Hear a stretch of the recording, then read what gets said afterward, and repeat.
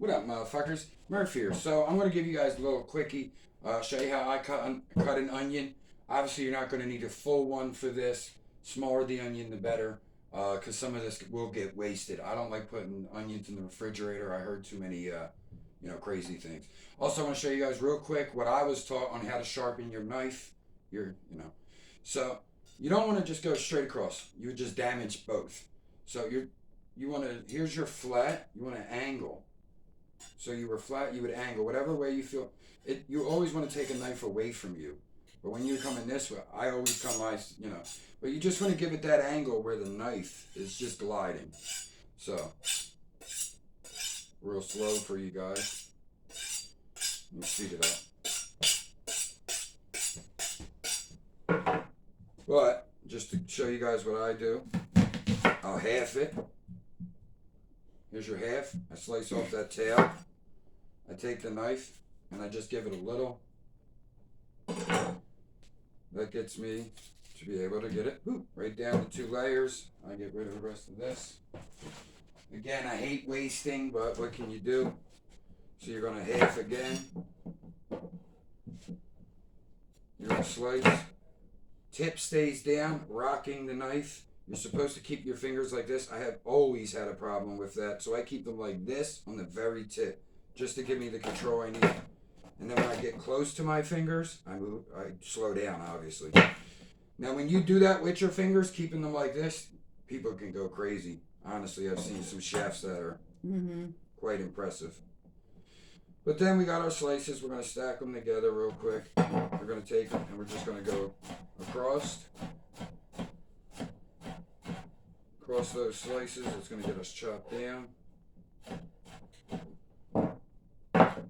Bring that together, tip down, hand on top of knife. And you're just basically dicing. It's almost pulverizing actually, but it depends on how. I'm not a fan of big chunks of onion, my fried onion. If you guys are, feel free. So I'm going to throw that into a small frying pan with just a dab of oil.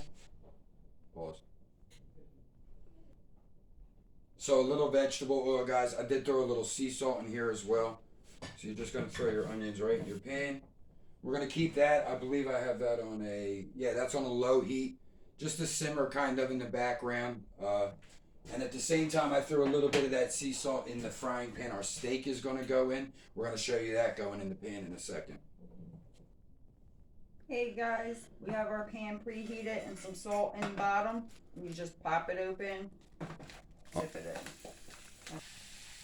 And the good thing about this is you can keep it frozen and cook it, or you can just pull it out of the refrigerator already thawed and cook it if you need it done quicker. Alright guys, so now I want to show you guys how we chop the steak to get it to, in Philly that's what it's famous for being chopped. You do go to Tony Luke's, places like that, you will get small ringlets. With little rings of steak. We kind of go more with the chop, so I'll give you guys a look at that.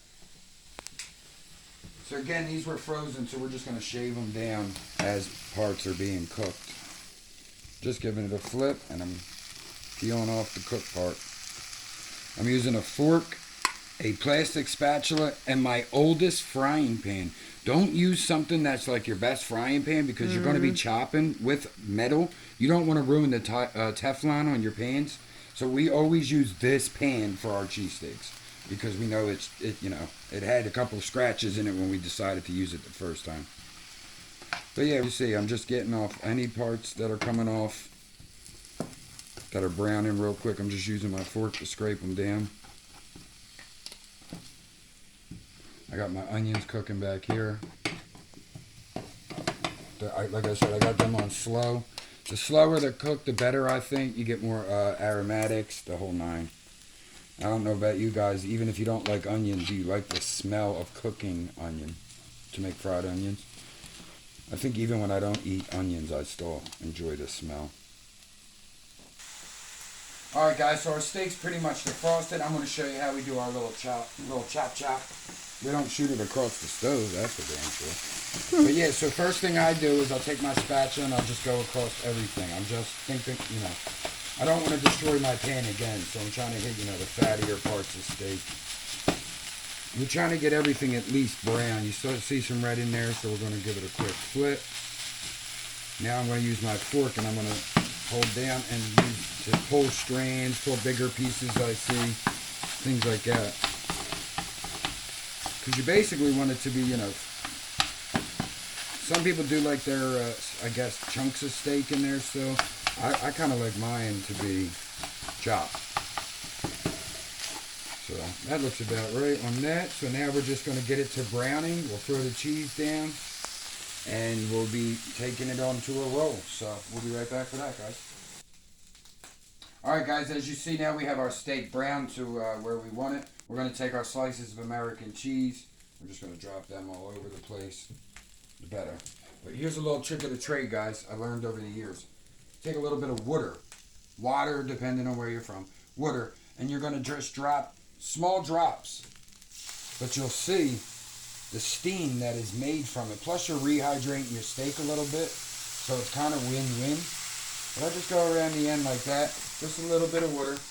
I call it a shot because it's not even like a teaspoon. But you'll see, look, our cheese is melting already from the steam that was created. I've seen it in restaurants, they just have the squirt bottle of water and they would always hit it. And you see, it creates that steam. So, our roll is up next. We have Kellz roll here. Again, guys, mayonnaise, pickles is how Kellz rocks out. We have the 6-inch long roll.